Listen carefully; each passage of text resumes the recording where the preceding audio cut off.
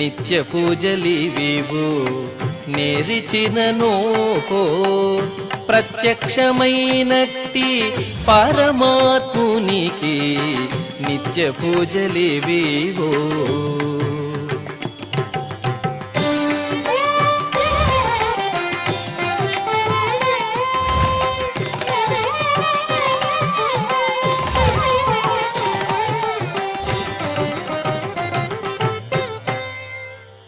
ఓం నమో వెంకటేశాయ.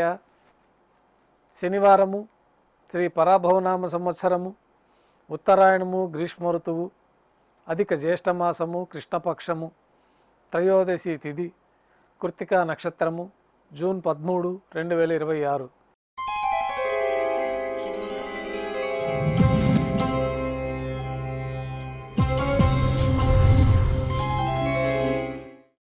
ప్రాతకాల నైవేద్యాల్లో భాగంగా అన్నప్రసాదాలు, పన్యారాలు శ్రీవారికి నైవేద్యంగా సమర్పించి సాతుమర పూర్తయిన తర్వాత భక్తులని సర్వదర్శనానికి అనుమతిస్తారు.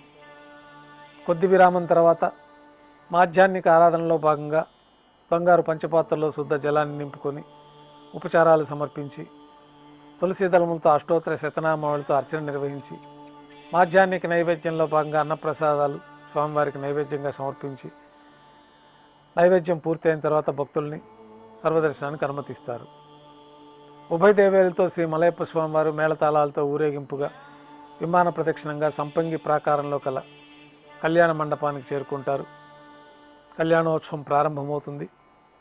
పుణ్యాహవచనము, అంకురార్పణ, రక్షాబంధనము, అగ్నిప్రతిష్ఠ, స్వామివారికి అమ్మవార్లకి కళ్యాణోత్సవం సందర్భంగా నూతన పట్టు వస్త్రాల సమర్పణ, మహాసంకల్ప పఠనం, మాంగళ్యాలకి అభిషేకము, ఆరాధన పూర్తయిన తర్వాత శ్రీవారి తరఫున అమ్మవార్లకి మాంగళ్యాల సమర్పణ గావించి ఈ సందర్భంగా శ్రీవారికి అమ్మవార్లకి కర్పూర నీరాజనాన్ని సమర్పించి విశేషమైన హోమాలతో పూర్ణాహుతి పూర్తయిన తర్వాత మాలా పరివర్తనం అనే కార్యక్రమాన్ని నిర్వహించి ఉభయ దేవేలని శ్రీవారి చెంతకు చేర్చి ఈ సందర్భంగా అక్షతారోపణం అనే వైదిక కార్యక్రమాన్ని నిర్వహించి కర్పూర నీరాజనము, నైవేద్యము, తిరిగి కర్పూర నీరాజనంతో కళ్యాణోత్సవం పూర్తి అవుతుంది.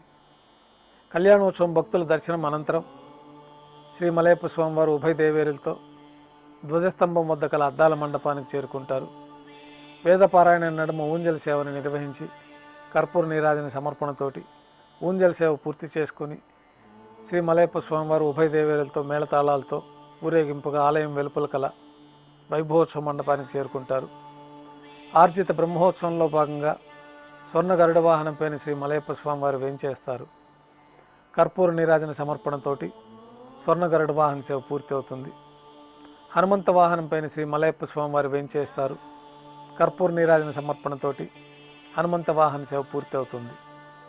పెద్ద శేష వాహనంపైన శ్రీ మలయప్ప స్వామివారు వేంచేస్తారు. కర్పూర నీరాజన సమర్పణతోటి పెద్ద శేష వాహన సేవ పూర్తి అవుతుంది. ఉభయ దేవేరులతో కలిపి శ్రీ మలయప్ప స్వామివారికి కర్పూర నీరాజన సమర్పణతో ఆర్జిత బ్రహ్మోత్సవం పూర్తి అవుతుంది. సాయం సంధ్య వేళలో 1000 దీపాలతో అలంకరించబడి ఉన్న సహస్ర దీపాలంకరణ సేవ మండపానికి ఉభయ దేవేరులతో శ్రీ మలయప్ప స్వామివారు చేరుకుంటారు.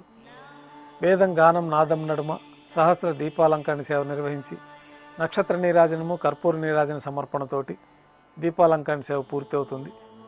శ్రీ మలయప్ప స్వామివారు ఉభయ దేవేరులతో 4 తిరువీధుల ఉత్సవం జరుపుకొని భక్తులను అనుగ్రహించి శ్రీవారి ఆలయంలోకి చేరుకుంటారు. ఆలయంలో నైవేద్యం పూర్తయిన తర్వాత గర్భాలయంలో వేయించేస్తారు. వెంటనే రాత్రి తోమాల సేవ ప్రారంభమవుతుంది.